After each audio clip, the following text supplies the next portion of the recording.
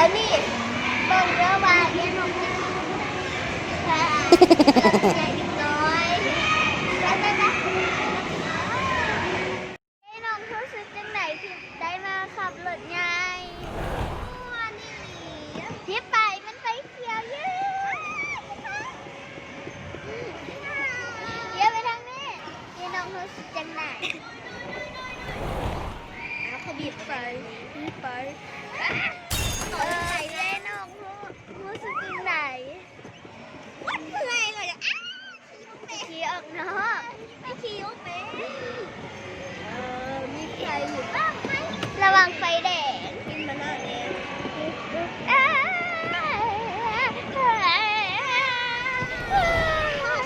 เรียนต้องขี่ภาษาอย่างไรไฟเขียวตามตำรวจ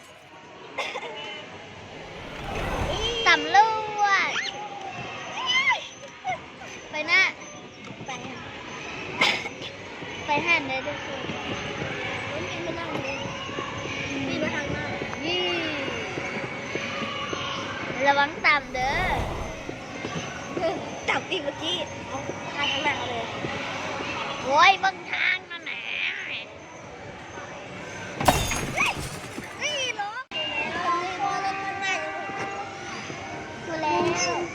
ต่ำมัน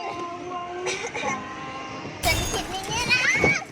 แกนั่นแหละคิดในนี้นะอย่าไปแล้วเงินอีก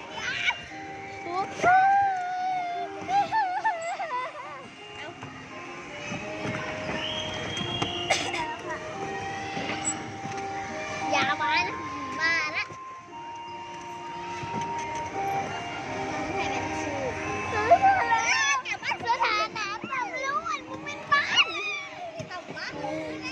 ตำรวจ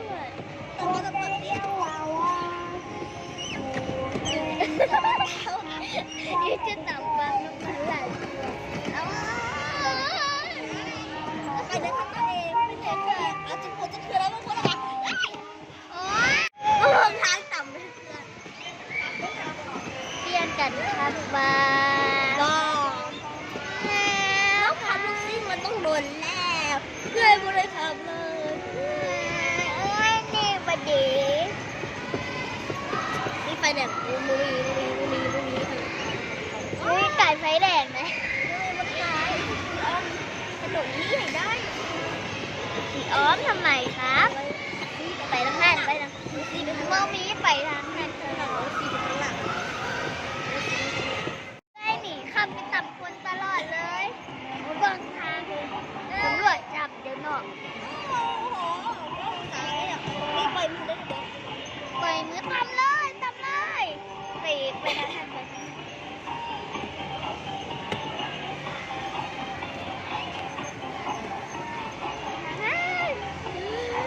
อย่างนี้ภาษาอย่างนี้ไงวะ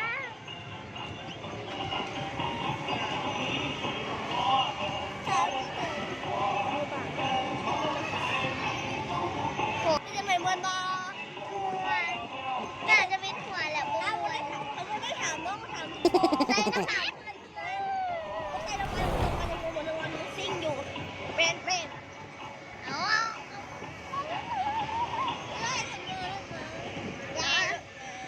อย่าตามคิวเฮ้ยเจ้าตับกี่ซิกเด้อซิกแล้วซิกแล้วใส่น้ำมันใส่น้ำมันเกินนะคะ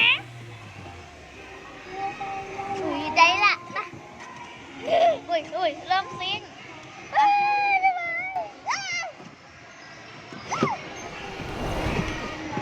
ตัวเองเป็นยังไงคะเอาเยี่ยซิงไหมนี่เสือเลยพอแล้ว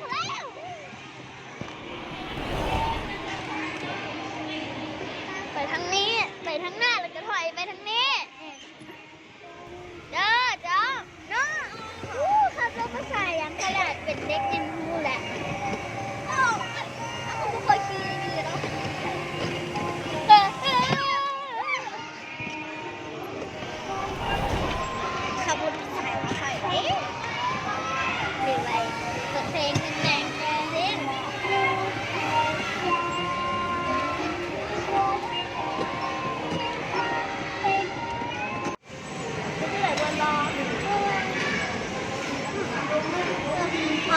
อกบ้านกันเลยให้คนไปอยู่ในบ้านเลย